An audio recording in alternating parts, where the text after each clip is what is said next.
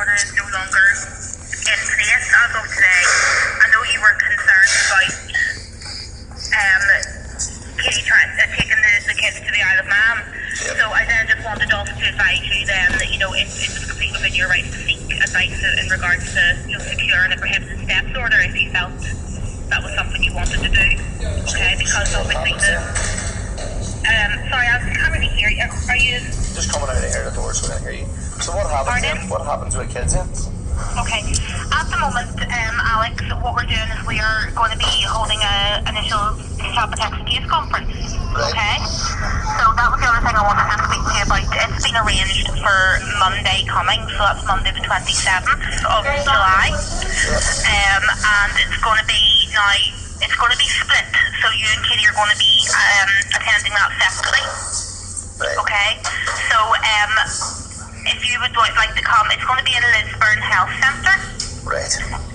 And it's your lot of time to come will be at 3:45. So what's happening with my contact then? Because you told me all day everything was fine, I had a great contact. So sorry, Alex, it's a really bad line or something. Are you out at the moment? I can't really hear what you're saying. I'm saying you said to me my contact was fine the other day. So what's going to happen with my contact? No. Sorry, Alex, it's like you're speaking to me from a distance or something. I can't really make out what you're saying. I'm saying, what's happening with my contact then? What's happening with the contact? Yeah, because I need better contact than that. If that's the case, what am I going to do? Yeah, we were going to be arranging another contact for Monday, but because we now have the case conference, and at that point it'll be transferring to the family intervention team, so it'll be them who'll be arranging the contact between you and the children. Okay? Sure. So they will, and at that point then we'll discuss, what the arrangements for contact will be. We'll get that all kind of laid out at the meeting on Monday and get an arrangement put in place for you to see them as soon as possible, basically after the case conference. So I won't get no contact until next Monday. Pardon? I won't get any contact until next Monday or so. No, not next Monday. It would be this week coming, Alex. It was going to be on Monday, but because the case conference is now taking place in the camp facility at both. Okay, and what I can't understand was it was me that instructed that the kids go to Katie in the women's aid because you were going to put them in foster care. So at that stage you said everything I've been told up to now is the kids are fine with me. So I can't understand how I come, my care, I asked for in the court, could I even have a phone call at any time or something to speak to him? And then, as I said, Tilly, you see me with him all day. So I'm doing everything I'm supposed to do. And all I want to do is have more contact with children. It's the middle of summer. And I've drove him around all year going to school and it. And now I'm left high and dry. The kids are with Katie. I've been told not to put stuff on Facebook and she's putting, as far as what I'm hearing, she's putting these stupid things on Facebook. So I don't want to play games on I want to see my children. And I can't understand if there's an emergency protection order which expired today, why we all didn't go back to court today. Sorry, you can't understand why the emergency protection order is expired today. What, sorry? Why did we not go back to court then? Why we not go back to court? Why did we not appear back in court today again? Because Alex, it's because that you and Katie have both engaged well with us and are adhering to the safety plan at the moment. Yeah, but the safety plan was for the kids to go into foster care. That you didn't trust them with both of them. And what I said was no, I didn't want them dispersed so Katie could have them. So I find it unreasonable that I've put them into her care within Women's Aid. I've directed the court, the judge, to do that and fought on your behalf. I fought against you for them to be with her. And now that they're with her, she's got full contact with them every day a week. I put in decision the last time whenever she absconded, and so now I'm sitting thinking, I've got to worry from day to day to come till I've got a life as well and things that I have to try and get sorted. So I think it's very unreasonable that the contact is so far away each time.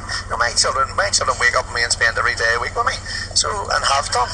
And Alex, from our perspective as a gateway team, obviously we don't have very much facility here to supervise contact on the level that we've done with yourself. But well, just put them on a telephone. Tell me, why can't they speak them on the phone then once a day? Pardon? Why can't they be put on the phone to me each day? You heard me yesterday when I was speaking to them. I said, I don't want to know where you are. And as for, I don't want to know where the children are or anything else. As long as they're safe and they're not going off island until this is sorted out, I'm all for that. But, Lynsey, they're 4B voices. you see me with them, it's detrimental to them as well. You know, you heard some of the stuff that they were saying. You know, mommy says the house is horrible. They're not coming back to the house and stuff, and that's not right for their brains. So I'm not interested in all the court stuff and all. We'll deal with all that. But as far as I'm interested in is that I need to speak to my kids all each day. I've told them it's I'm at work. You know, so that's their mind. They're wondering where daddy is.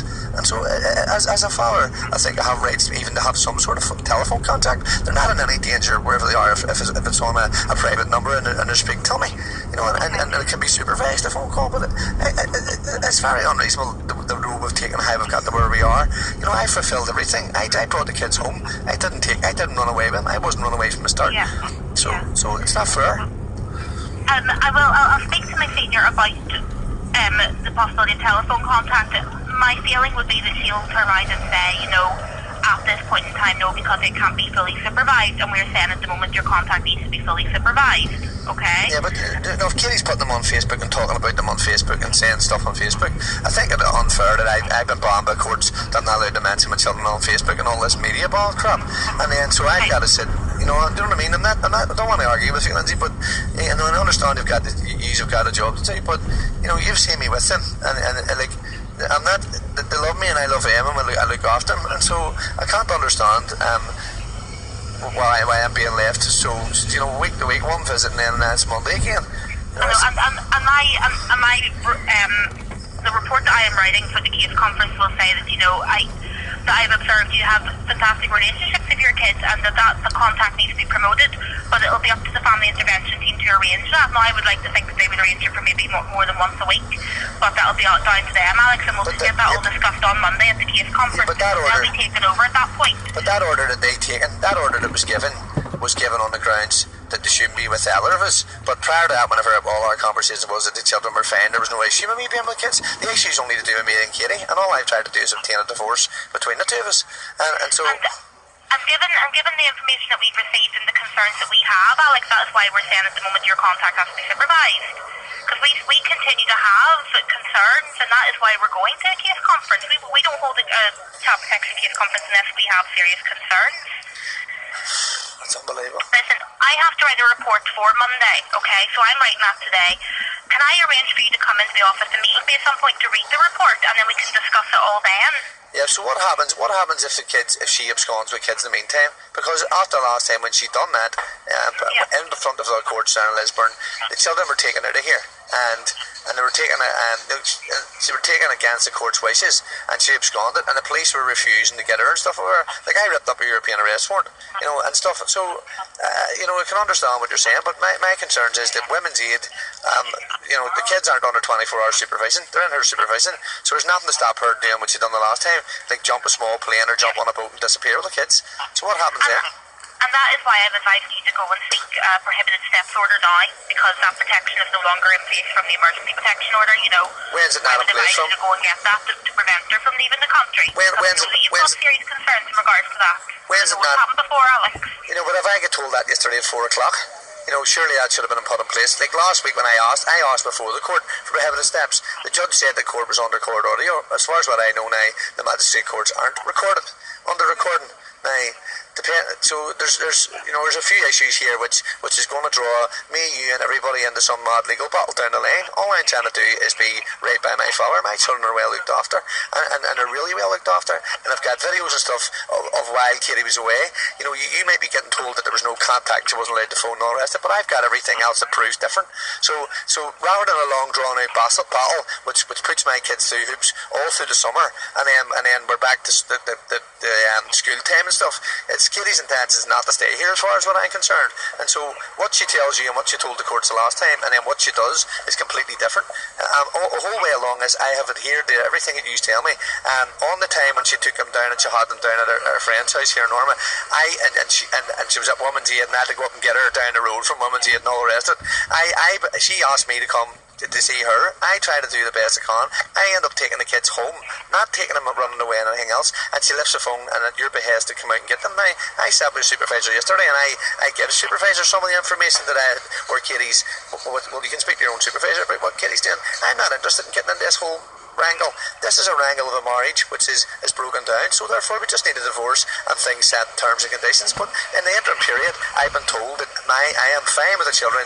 Everything's great with me and the kids. The caseworkers and all know it. Me and Kitty's life is over as a marriage. So therefore, as a father in the summertime, I find it very unreasonable that I'm going to be getting an hour here and an hour here whenever I do the driving. And I like I stated, I've had meningitis and everything over the last lot of weeks. And so I find it very unreasonable that, you know, understand the different reasons, but we're heading in here into stuff that's, you know, you're coming on a phone, but prior to that I'd had all this prior stuff going on.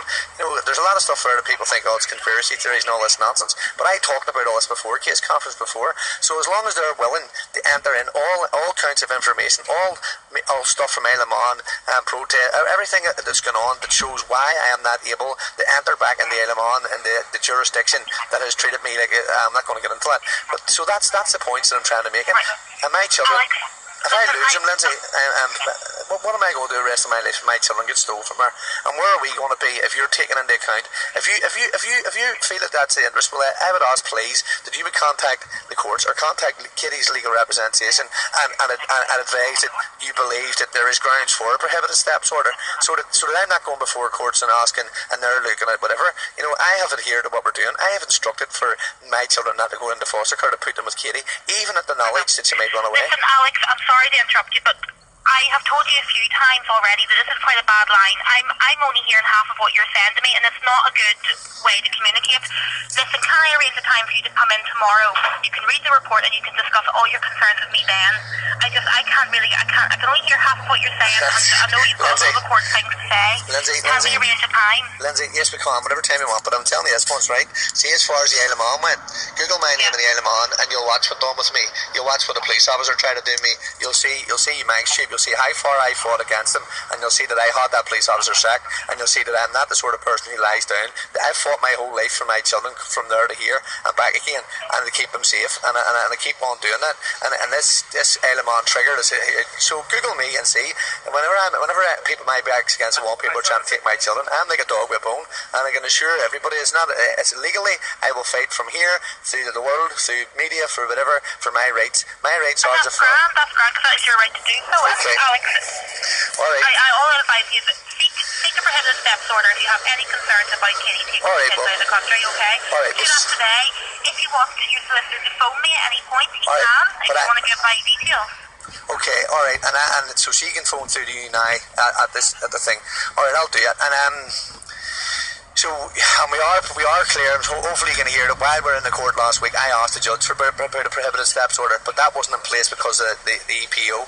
So it was built into that, yeah. It was built into it, so now that won't exist because I've been advised, like my advice yesterday was not to go to court today, you know, so it's changed today. Your advice was they don't need legal representation. The advice I gave you over the voicemail, because I didn't want to leave too much information on the voicemail, but I told you we wouldn't be going to court, as in the trust wouldn't be going to court today. Aye, but you advised me not to go. You told me I didn't. I wanted to discuss you to talk about the implications of that, because I was going to then advise you then about, you know, seeking a prohibited steps order. But you told me I didn't need to go either. Pardon? You should check what you say, because you told me not to go either. I didn't need to go to court. No, I meant from our point of view in response to, you know, extension of the emergency protection order, but if I had got hold of you last night, Lynsey, I could have told you, it is completely within your right to do that, but Lynsey, I couldn't get hold of you, Alex. All right. I didn't ring a couple of times. I didn't get Lynsey. Listen, so that's all right, fair enough. But I'm going to just tell you from my own point of view. From this case that started and see everything that's went on. I have videos and recordings and stuff while she was away, stating exactly what I believe was going to happen, and so that's all recorded in prior knowledge. And the kids have been there's kids and playing and everything, and so I've preempted everything that's been done. I have been to the BBC already, in the BBC to speak to him. I've asked to speak to Nolan.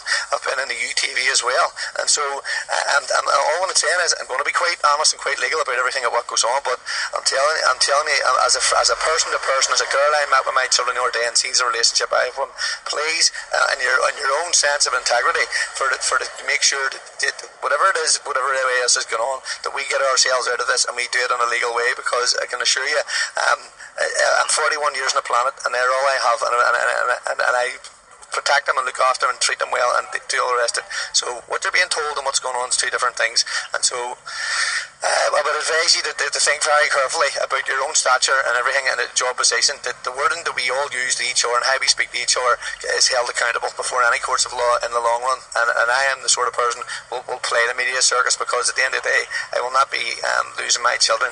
So that's all right. Do you have any concerns about the way I've spoken to your right? Lynsey, in the first instance, you told me that Katie wasn't coming off the boat and she wasn't coming here. But then you sat in a court of law and you said that you'd already been in contact with Katie and she was coming over. So what you say in the box in the court is accountable as to back to what you said on the phone call. Now, I played the recording of the phone call till your superior in the office next door about saying they weren't coming, there were kids, Katie wasn't coming off the boat and everything was done to me. So I knew all this was happening and approved it all, or I wouldn't have been recording in the first place. So don't be Katie's monkey to play in this circus that takes children away from people. I'd have never played. They're my children, they're our children. I've always had their best interests at heart. They are at school and they're well looked after. I ask you to go through the social services and look into her family in the Isle of Man. Look, Alex, I want to stop you there. I want to arrange a time to meet with you tomorrow. So can I ask my solicitor to ring you back right now? And I will give you a complaints procedure booklet as well tomorrow. Okay, can I have, well, I don't work them complaints, I go through the media. Can I ask my advocate, my barrister to ring you back now in an hour or 2 minutes? 5 minutes or so? Sorry, say that again? I'm with a barrister. There's a barrister in here working on my bar.